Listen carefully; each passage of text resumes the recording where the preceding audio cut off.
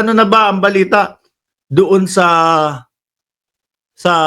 TVJ o ito, doon sa Pepsi Paloma film teaser. Ito daw ipinasa ho sa akin to at sabi, yan, galing sa News Online, GMA Newsline, GMA News Online, no? Muntinlupa Court orders removal of Pepsi Paloma film teaser and kumbaga other materials. Aba, pinapatanggal pala, no?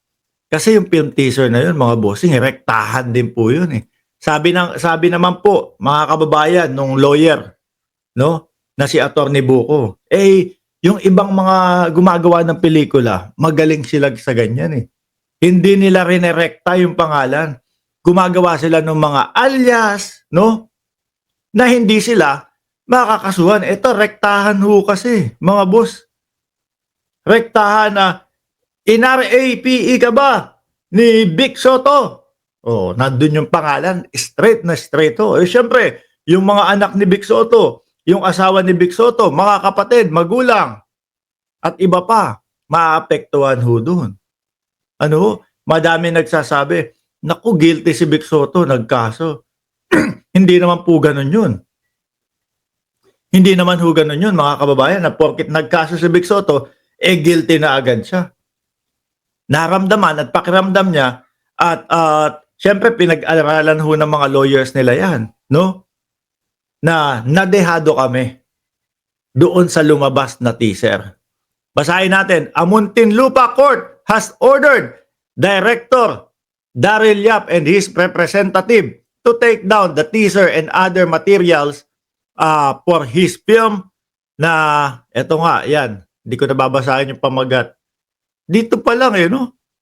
Sa pamagat, The Rapist of Pepsi Paloma. Diyan pa lang, iisipin mo na, merong gumahasa. 'Di ba? Walang question mark. Sinasabi ang gumahasa kay Pepsi Paloma. Tapos ganun yung teaser. Ginahasa ka ba ni Vic Soto? Oo. Pagka kinek mo yan, hindi pa natin nakikita yung buong pelikula. Pag kinonek mo yan, unang iisipin, naku, si Vic Soto talaga. Sabi ni Ma'am Lori Mamawag, kaya dapat mga fake news vlogger may makasuhan. Sabi ni Janelle Vanderhurst, ang ganda ng comment ni Janelle. He he he he. Hoy, shout out sa iyo. Salamat sa palaging pagsuporta dito sa ating channel. Sabi ni Samson Perolino, si Barangay Captain Ray de la Cruz mismo nagsabi, walang, ginahasa. No? According to Nimpa Rabelos, report on Super Radio DCBB, the Muntinlupa Regional Trial Court, RTC Branch 205, temporarily writ of habeas data. At hindi, ito ho kasi mga kababayan, yung writ of habeas data, nauna ho nilang ipinail to. Ang ibig sabihin tigilan yung pagpapakalat. Kaya ayan, lumabas na din, no? Nauna nilang ipinail, mga bossing, yung writ of habeas data. Kaya nga sabi ng lawyer, sabi niya paano po yung mga nag-share? May kakalagyan din daw kapag hindi huminto sa ginagawa nila doon sa Facebook. Kasi dati friends kami sa Facebook ni Derek no? Ewan ko, in-unfriend na ako. Wala namang problema sa akin yun, no? Pero sa Facebook ko, madami nag-share. Sabi ko, masilip nga kung ano ulit yung gagawin nila. Kung nag-share pa din sila. Yung iba, mga tumigil na. Yung iba, mga nagbura na.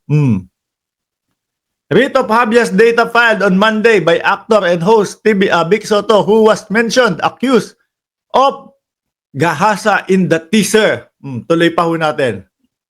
The RTC reportedly prohibited Yap from further distributing all promotional materials, teasers, and other content. Ayan. Rektahan naman po kasi talaga, mga boss. No? Rektahan po talaga. May utos na po ang korte sa writ of habeas data na ito. Ang bilis, ano? Parang ano lang, bago ako matulog kagabi, binlag natin na si Bossing nagsampa na ng kaso. Tapos nabanggit nung kanyang lawyer na nauna nilang inireklamo yung writ of habeas data.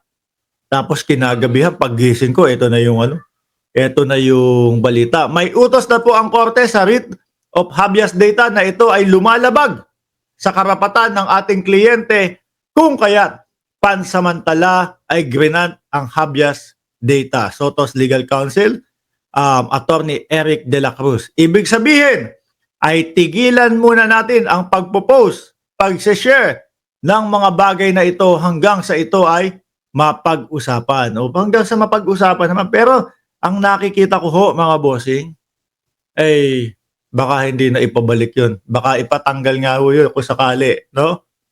Baka ipatanggal yun kung sakali. In its order, the RTC also ordered Yap to appear for the summary hearing of the petition of the writ habeas data on January 15. Ako, may aabangan tayo. Tingin ko naman, si Daryl Yap po, kumbaga, ready naman eh. No? Nakikita ko na ready naman. Ang tanong lang po, sino ang may mas mahabang PC? Lalo na ho, mga kababayan, ang pinag-uusapan dito ay 35 milyones, mga bossing. No? 35 million. Sino ang mas may mahabang PC? O sabi ni Erwin Lopez, 35 million cyber libel case. Magandang abangan ho yan, mga kababayan. Aba, si Roque sumasayaw. Nung tumatakbo ng pagkasenador. Oh. Anyway, mga kababayan, pang ilan natin yan? Pangatlo, dakuin natin. Ay, ayaw ng mga ayaw ho ng mga DDS to, mga bossing. Bakit ho? Oh, kasi ang gusto nila, ang superhero dito sa susunod nating topic, mga kababayan, si dating Pangulong Duterte. O, pakinggan ho natin, ha? O, program. Dati ho, nung nag-umpisang kumandidato o mangampanya, ang dating Pangulo, ang sigaw niya, 6 na buwan. Bigyan nyo ako ng 6 na buwan. At ang droga sa Pilipinas ay ubos. Narinig mo yon, Ma'am Leonora Ancheta at Mariel Salazar, narinig ninyo yon? At Mama Siding, bigyan nyo ako ng 6 na buwan. At ubos ang droga sa Pilipinas. Ayan. Nangyari ho ba? Hindi. Sabi nila, palusot nila,